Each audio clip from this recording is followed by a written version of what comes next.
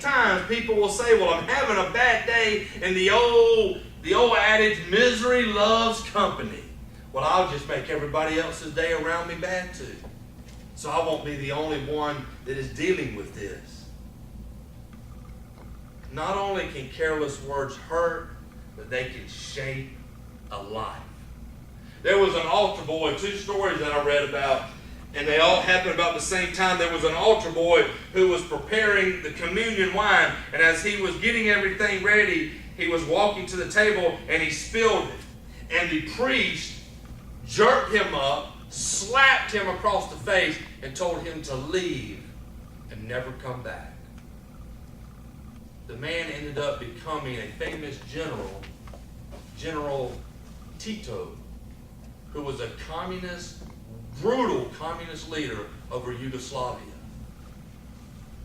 Not too long from that, another altar boy who wrote in about his experience as an altar boy had the same thing happen. He had dropped the communion wine.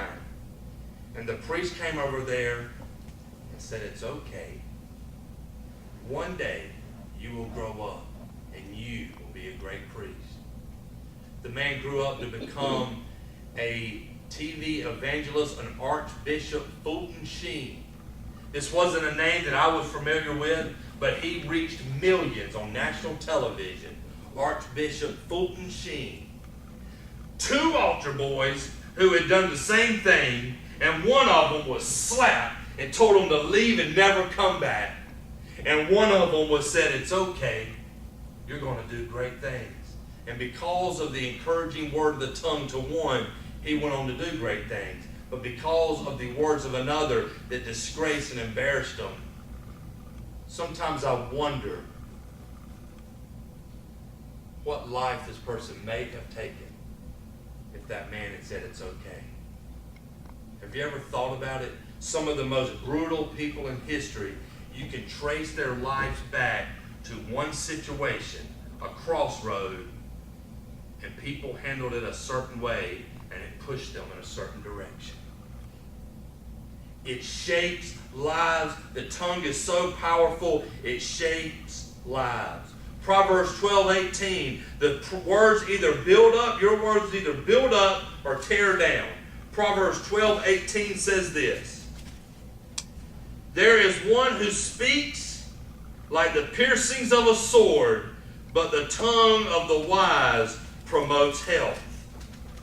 The Message has it said like this, rash language cuts and maims, but there is healing in the words of the wise. This is what is important to remember, and I want to make sure you get the point this morning or this evening, and we're going to be finishing in just a few minutes. It's going to be a short message, but this is a point that I want you to understand. The words that come out of your mouth are a reflection of what's in your heart. The words that you speak are a direct reflection and reveals what is in your heart. Because we will speak of the things that envelop us, that consume us, that are our treasures, that are the things that we love. And if we love deceit, if we love lies, if we love slander, if we love sin, then we will speak things that hurt people. Gossiping is probably in every one of us. The reason the Bible talks about it so much is every one of us battle it every time our mouth opens. Every time our mouth opens, we battle it. The little comments under the breath, the comments among friends, the comments among family. It reveals our heart. It reveals our character. It reveals everything about us. And all the I didn't mean it's in the world are not going to change it. There's a story about a lady in this church, not this church, but in a church, that was a busybody, and she was always talking about people. Always in everybody's business, always putting people down, always had something bad to say about everybody. One day she realized how bad her words had hurt people. So she went to the pastor and she said, listen, I've been just talking about people for many years and running them down and gossiping about them and just, I want to make amends. I want to make things right. What can I do? And he says, do this. Get you a big box of feathers. And I want you to go to every person you've ever spoke bad about, and I want you to pour a pile of feathers out on their doorstep. Once you get that done, come back and see me. So she goes out and she does it. She pours them out, and boy, it was good. It felt good to release all that, and it wasn't hard to do. It was easy. And she came back to the pastor, and about a week later, and she said, I've done it. Everybody I've ever heard, I poured out a big pile of feathers on the doorstep. Now what do? He said, to make things right, go back to all of those houses and gather up all them feathers and bring them back.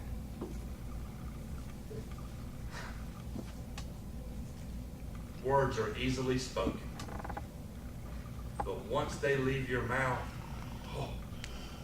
you can't go gather them back.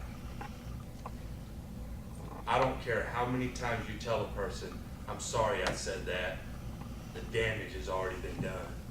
The wound has already been made. The blade has already been done. And even though they may forgive you, even though they may move on, there is a wound and there is a scar there. That all the I'm sorries, the I didn't mean to's, all of those, I didn't know you were there, I didn't know you were so sensitive, all of those comments are not going to heal that.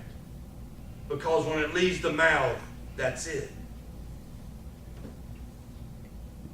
3 things if you want to help guard your tongue, and this is what I'm going to end on tonight. There's 3 things that if you want to guard your tongue, if you want help in it, if you will follow these 3 rules, it will help you a lot into getting to where you need to be. First, never tell a joke that slanders. If you never tell a joke that degrades somebody, whether it's a type of person, whether it's, when I was a young kid in the city, the big thing was Pollock jokes. Was that a big thing? I don't really hear it much anymore, and I don't know if with the younger crowd if it still is, but that was the big thing. I don't care if it's a person's nationality, their color. I don't care if it's about them being blonde-headed. I don't care if it's about them being overweight. I don't care if it's about their sexuality. I don't care what it's about. If you know a joke that slanders somebody, don't tell it. If you don't tell it, then you do not have to worry about hurting somebody's feelings. Number 2, never criticize a person in public. If you have a problem with a person, you go to them in private. If it's a church issue and that doesn't solve it, then you go and you get 2 or 3 of the elders from the church, and then you go and you talk to that person again. If it gets to the point where you cannot reach them, but you are really trying, and this is all biblical, then you can publicly bring it forth if you think that by doing that it will help the problem. But you are to go through a lot of stuff before you get to the public criticizing. And last but not least, if you wouldn't say it in the person's presence, don't say it in their absence. If you're fixing to say something and you look around, as soon as your head looks around, whatever you're about to say, don't stop. Because if you're looking to see who's around before you speak, the words that you're about to say do not need to be spoken. And so many times, this sort of ties in, but it just sort of came to me. I want to say this. Whispering or spelling out a profane word is just as bad as screaming it.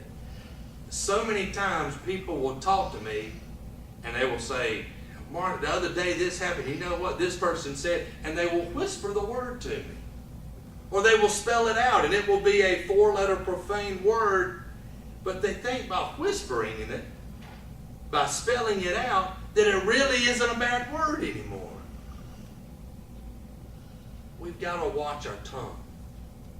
And if what we are saying is not building somebody up and it's not beneficial, it doesn't need to be spoken. I do not think that there are many problems in this world that weren't started by somebody's mouth. And I don't care if you're in Adrian, Georgia, Atlanta, Georgia. I don't care if you're in Europe, Asia, Canada, Australia, Africa. I don't care where you are. Most wars and problems and difficulties in life start with the tongue. We have to guard it. We have to guard it well. This week, I want your focus to be in your prayer life this week. As we are also focusing with this discipleship plan on prayer, I want your prayer to be for God to help you with your tongue. Because it's something that I pray about all the time, because I'm telling y'all, even preachers have a tendency to want to say things that not ought to come out of their mouth. Let's work on only speaking words of encouragement and love, and only speaking words that may be hurtful if we are trying everything we can to save somebody. I believe in tough love. But you need to show a lot of tender, compassionate love before you get to tough love. Tough love is needed sometimes, but usually you need to go through every effort with real compassionate love before you get there. But let's try to build up people with our tongues. This evening, if y'all would please stand, we're going to end with Amazing Grace.